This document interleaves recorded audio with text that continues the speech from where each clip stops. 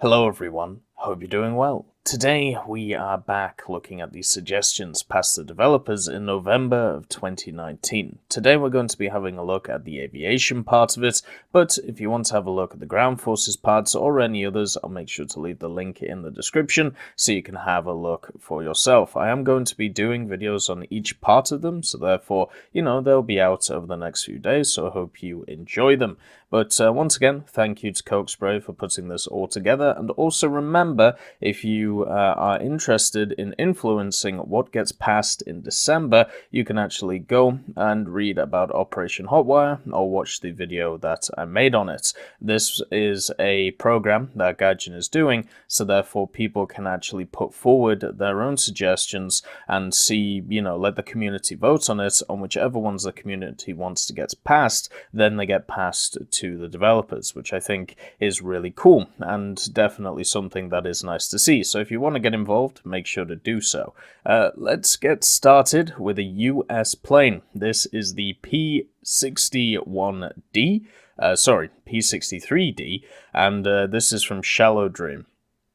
Now, the P-63D is an interesting vehicle because basically what you're looking at right now is a souped-up P-63. The ones that we have in the game all have very similar characteristics to each other, and also in real life, a lot of the P-63s were pretty much designed to very similar specs with very similar engines, but there is one outlier, and that outlier is the one that you're seeing before you, the P-63D. What you basically have here is what I would class as a more powerful version of what we already have in game, and that's down to two factors. The main one being the engine that is involved in this, and also the gun that is the new 37. So this machine has the Allison V1710-109E22. It's a water-cooled engine which is rated at 1,425 horsepower for takeoff, and the other things which are also, as I said, slightly different on this, is they wanted to try and take the P-63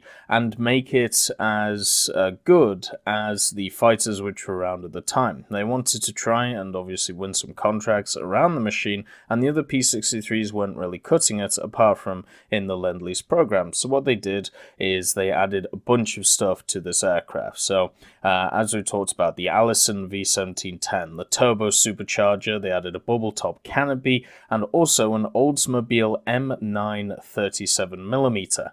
Now, this 37mm, at least from how Shallow Dream has described it, is one of these guns which is very similar to the Mark 103, or the MK 103, I should say, sorry, from the Germans, or the NS 3745 from the Soviets, which is kind of interesting to see. It's heavier than the M4 or the M10 cannon. It's almost double the weight of it.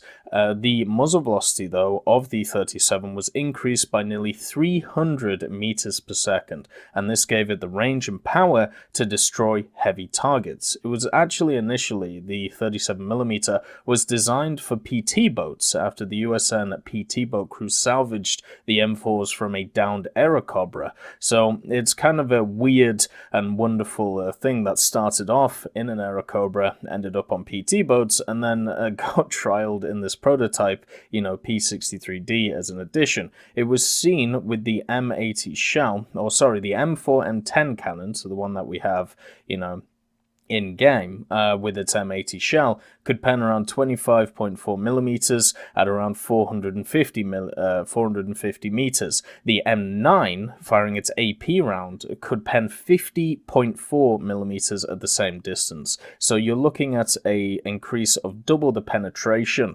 of this cannon compared to the average one, which was used on the other P-63s. And also because of the engine and the supercharger added, this meant that it was the fastest P63 in the series. And you actually have a really nice chart here at the bottom which kind of outlines the major differences between the P63s. You can see the A, C, and E are all incredibly similar when it comes to their overall performance, same maximum speeds, slightly different service ceilings. The range is the main difference, especially between the A, C, and the E. But with the D, you can see it has the largest range, it has the biggest engine, highest max speed, largest, the same caliber gun, just a lot of, DACA behind it, and then also it keeps the 450 calibers. So this was one that they really put out there to basically say, hey, this is something we can do, this is something we can create, but unfortunately never really went anywhere apart from the prototype stage. The American Air Force had other ideas for what they wanted to create. The next vehicle we're having a look at is from Epic Blitzkrieg, and this is talking about the HE-162E. Now, it's pretty simple what the HE-162E is. It is a simple machine. It's just a HE-162A, which we have in game, with a boosted engine. The HE-162A in-game has access to the BMW 003E engine, whereas this gets access to the BMW 003R engine and also has a liquid-fueled rocket booster attached to it. Now, there was only one prototype of this made, and to be honest, I have no idea if it flew or not. There is actually a really nice section here if you want to read about the history of the overall HE-162. I've actually talked about it in the past, so therefore I'm going to skip it for now. And the other thing as well is, since this thing was only really made in single prototype forms, then it means that you could be a little bit skew with some of the ideas. You obviously have the engine and the booster, which are the parts which make it different to the A, but on top of this you could also screw with the armament. You could either have the two 20mm MG151s or two 30mm MK108s, so the low velocity 30mm.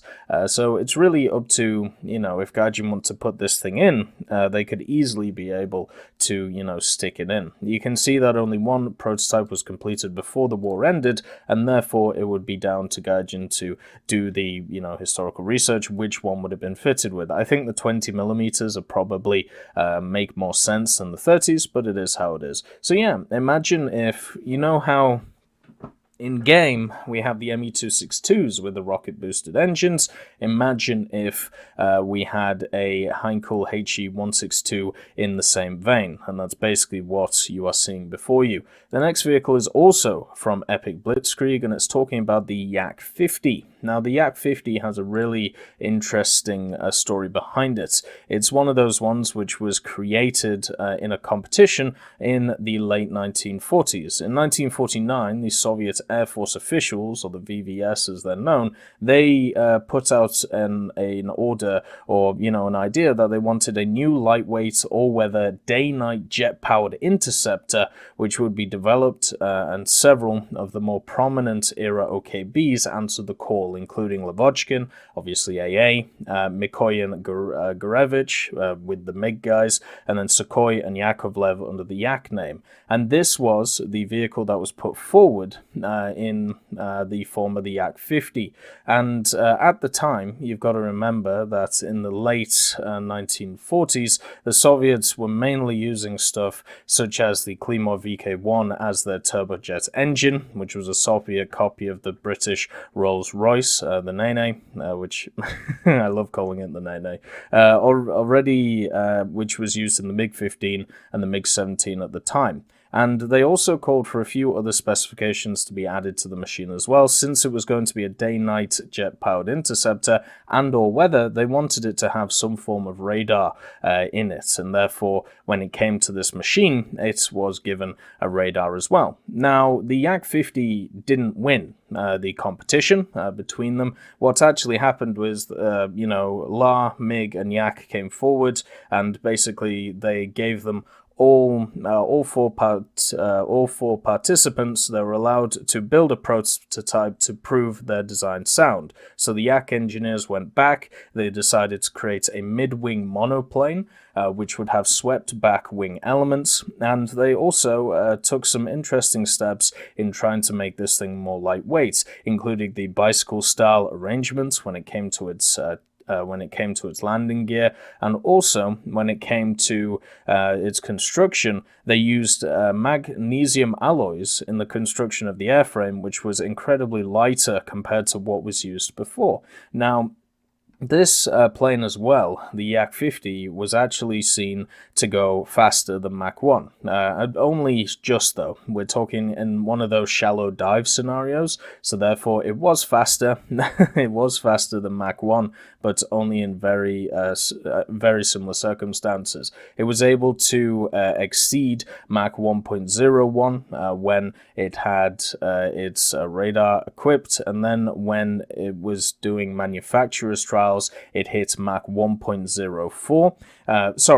It hit Mach 1.01 during the manufacturer's trials, and during the state acceptance testing, it hit Mach 1.048. Now, we talked about before that this machine was powered by the VK1 turbojets. This was kind of different compared to what else was happening at the time. Having a single turbojet engine instead of two meant that it had some advantages and also disadvantages to it. So, it was much easier to handle since it was just a single block instead of two, but at the same time, it was 2,700 kilos. So it was a big engine. It was also powered with two 23mm NR-23 cannons, and also the radar used on it was known as the Korshun radar, which translates to kite, in a housing above the nose air intake splitter. This was a single antenna fixed scan manually tracked radar, and the first of the three Yak 50 prototypes were actually flown in July of 1949, and this was way before the machine which actually won the trials, the MiG-15P BIS, the SP-1, and it demonstrated that it was great. It's worked really well, but the unfortunate thing is it had a lot of shortcomings when it came to its high-speed performance. When it hit high speed, it was seen that it had suffered lateral oscillation preventing gun aiming. Therefore, it was hard to be able to get guns on target while it was going fast, and also on wet surfaces it really struggled to be able to be handled. So there was a lot of unfortunate things when it came to this Yak 50, but there are some interesting design decisions around it, and therefore it would be nice to see it in game. It was fully built in many different aspects. It was also, fully tested at the same time, and it would just be a kind of cool, nice little area to be able to, or it would be a nice little vehicle to see in the game to add to the Yak part of the tech tree. And therefore, the one which was actually put into, service, I suppose, was the MiG-17P. That was the one which was the offering from Mikoyan and Gurevich eventually, MiG, and they won the contract, which is why we have the MiG-15, MiG-17, and MiG-19. Obviously, they did really well in the 30th of May 1950. So this Yak 50, unfortunately, never really got to the heights where it should have been, but, it still should be in game because it was built and it was fully tested.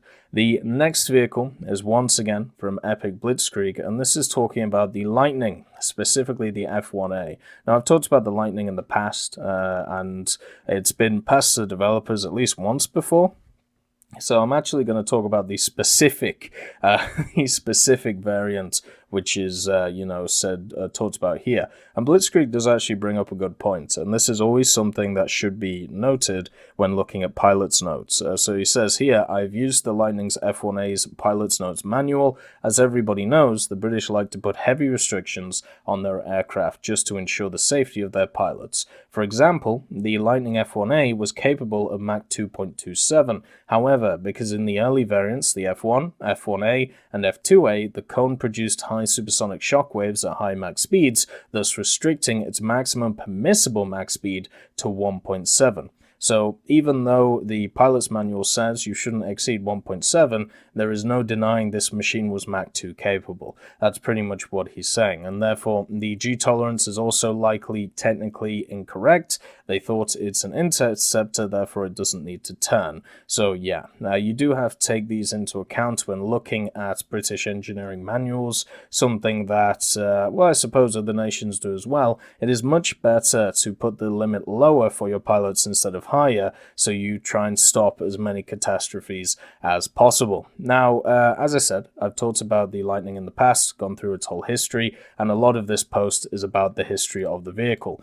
You can see here that it talks about, a lot of the history of it. Instead, we're going to focus just on the F-1A variant and what is different between it and, the Lightning. Another thing to also mention is now I think the game is ready for something like a Lightning. Before, I was very skeptical. This was before the Phantom and even the MiG-21 was introduced. And for me, I thought that the Lightning would take over the game because of its superior engine power. Now that we have stuff like the Phantom, for the British, for the Americans. Now we have the T2, the MiG-21, the MiG-19 doing well with its acceleration, the Hunter F6, the Hunter FGA-9, and also other machines such as the MiG-19S for the Germans after its acceleration increase. I definitely think the Lightning would be nice to see in game. Do I think it would be meta? No, I don't think so. Just like the F-104, it has inherent issues when it comes to the general dogfighting style of War Thunder, but that's okay. Not everything has to be meta, and right now Britain's in a pretty good place when it comes to the jets. You got two meta vehicles at top tier. I can't think of a single time in War Thunder's history where Britain had two top tier air meta vehicles. You got the Hunter F6, of course, with its SRAMs, and also the Phantom. So yeah, it's just nice to see, and it would be nice to have the addition of the Lightning as that additional little idea. As I said, the only difference between this and the standard Lightning, which is the one a lot of people have talked about, or let's just call it the Lightning F1, is right here at the bottom. So the Lightning F1 differed very little from the P1B. The ventral fuel tank now had a small fin, the main vertical tail was enlarged, and that was about it. It entered service with 74 Squadron at Coltishall, I think that says, in 1960, and the F-1A followed on, entering service with 56 Squadron and 111 Squadrons in Wattisham. The only difference of note was that the F-1A had attachment points for an in-flight refueling probe.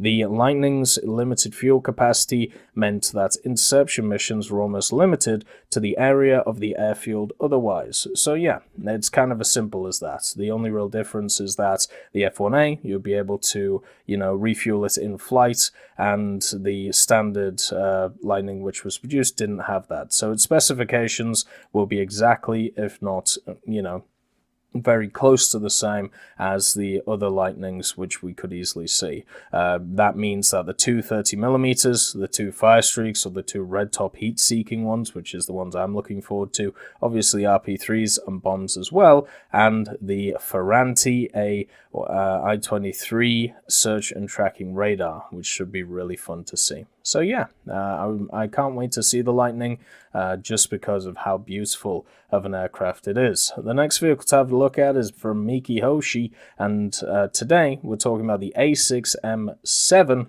Model 62.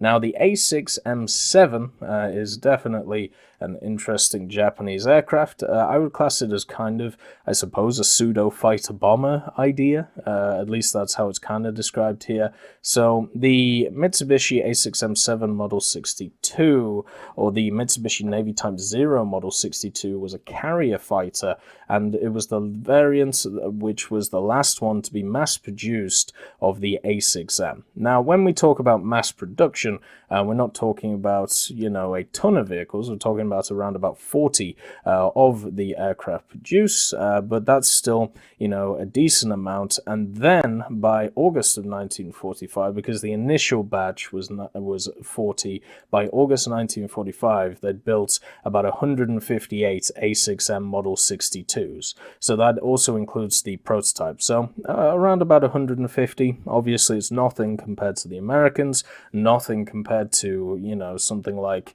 the Germans with certain vehicles that they had. But for Japan, that's actually a pretty decent amount, you know. It's quite a lot. But anyway, what's the history behind this really cool aircraft? So the first thing is that during the building or creation of the A6M, it was realized by the IJN that they needed to replace their D3As, which were still operating on light escort carriers. The D4Y did enter service, so, you know, that was kind of nice, but it was found that they required a longer deck compared to the small escort carriers that the Imperial Japanese Navy had. So therefore, the D3A still needed a replacement, which wasn't the D4Y. So they created a stopgap solution, and this stopgap solution was the A6M2 Bakusen. This was a Nakajima factory modification. This converted the A6M2 into a pseudo-fighter bomber. It's modernized the equipment. It basically took an A6M2, filled it full of the equipment that you would find in an A6M5, which was in service at the time, and then the Bakusen would go on and, you know, be able to carry bombs and stuff like that. It was used in the Battle of the Philippine Sea, and it operated with the 652 and 653 Kotukai, as well as the 323 Hikokitai, and the solution was still a stopgap, though. They still wanted to create something that would fully replace the D3A in a very, very positive way. And therefore, they started work on the A6-7, because the A6M2, by the time of 1944, was outdated. It was based on the Model 21 Otsu,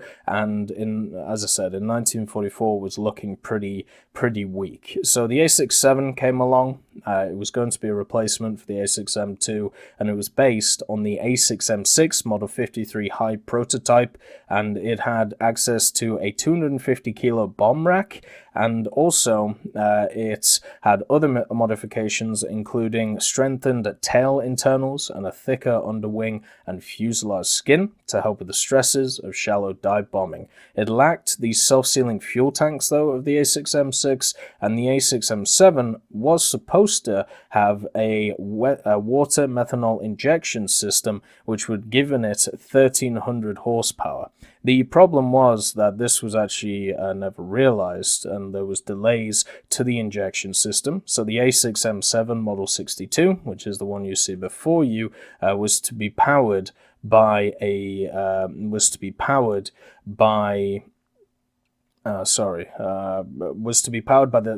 Sake 31, and this gave it instead 1,210 horsepower, which was still a large improvement over the A6M2, and was an even larger improvement over the A6M5, which was obviously around at the time. So the model would eventually be equipped with the self-sealing fuel tanks and the injection system. It was going to be called the A6M7 Model 63, but that never existed. So instead, we would be limited to the 1,210 horsepower of the Model 62.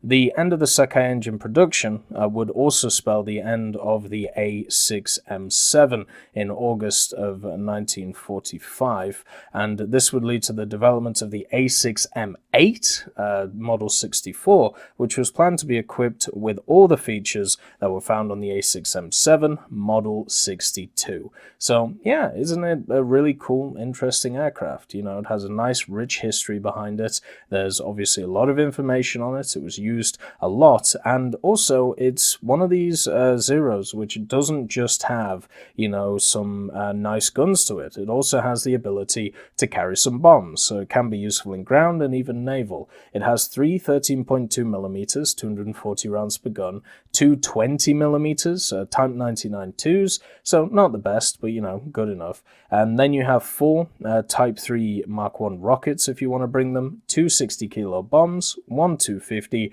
and a 500, which was reserved for kamikaze attacks. So maybe we don't add that into the game, but everything else, sounds wonderful.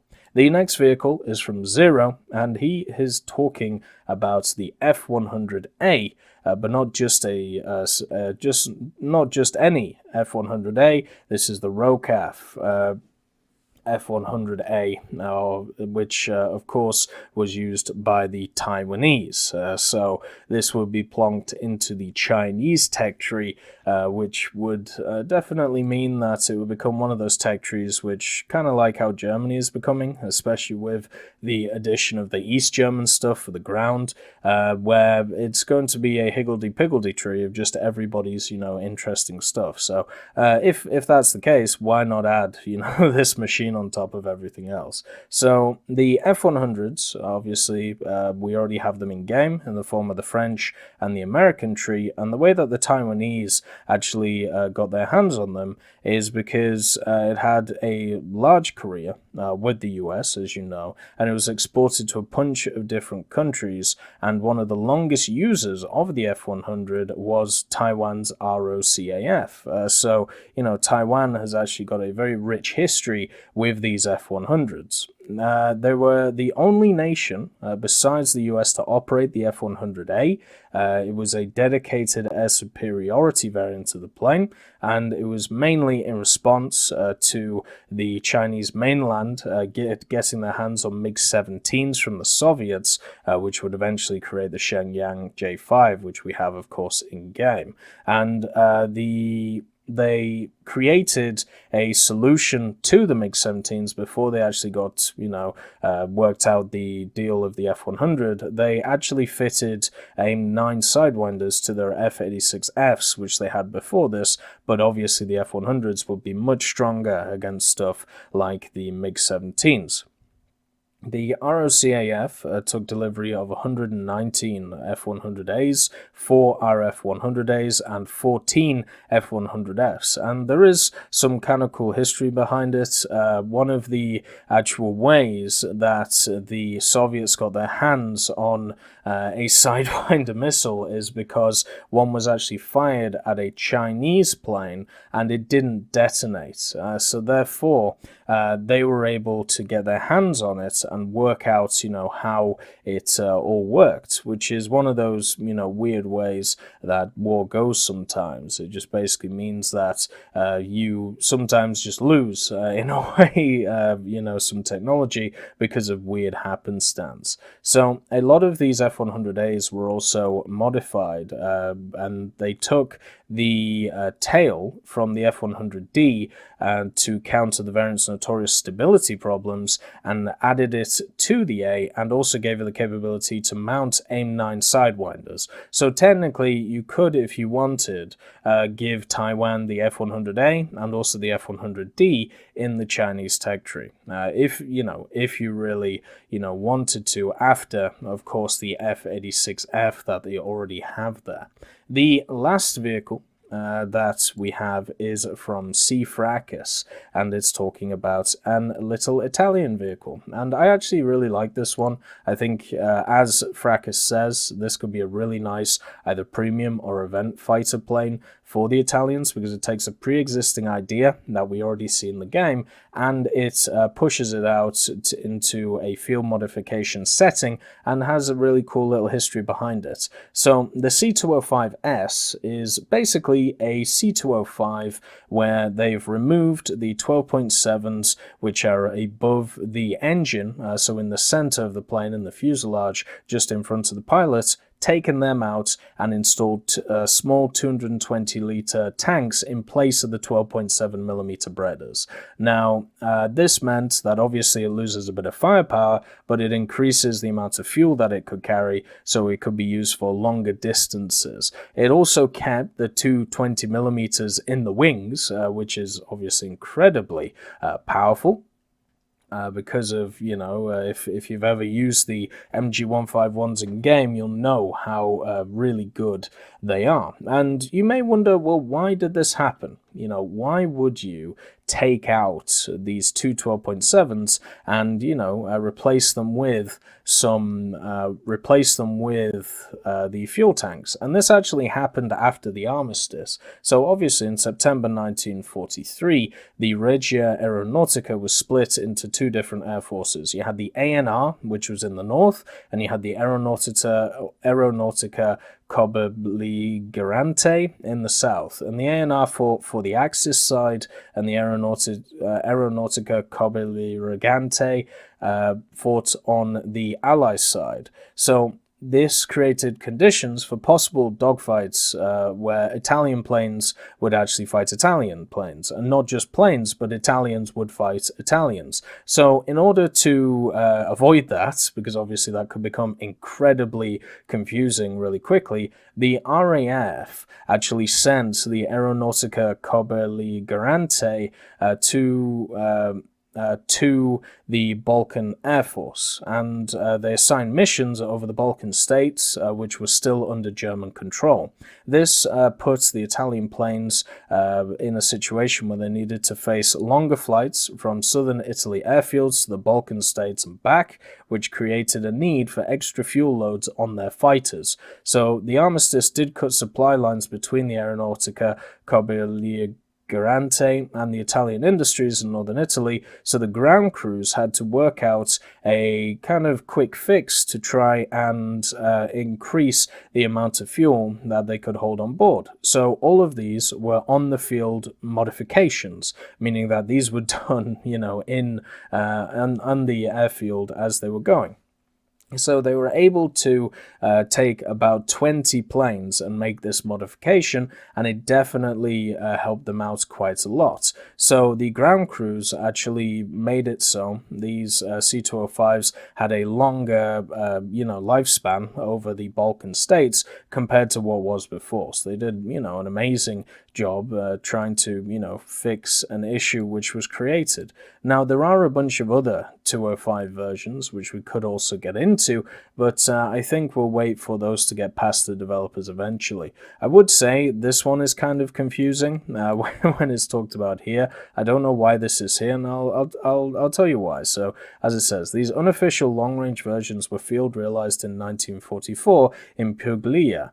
To extend the C-205's range, 3 series became GA by replacing the 12.7mm machine guns with handmade 200-litre fuel tanks. Due to the ineffective 7.7mm wing armament, 1 series planes were frequently fitted with underwing droppable fuel tanks while retraining the 2 cowl-mounted 12.7mm machine guns. So that tells you the difference between the GA and the S version, where the S version was the one with the 20s and the GA version was the one with the 7.7s, or the earlier version, which kept its guns. So some of them got drop tanks, some of them got internal fuel tanks, depending on what armament they had. But I can see why something like this would confuse people, because obviously this is talking about the C-205S Scorta, and you're throwing in different variants here.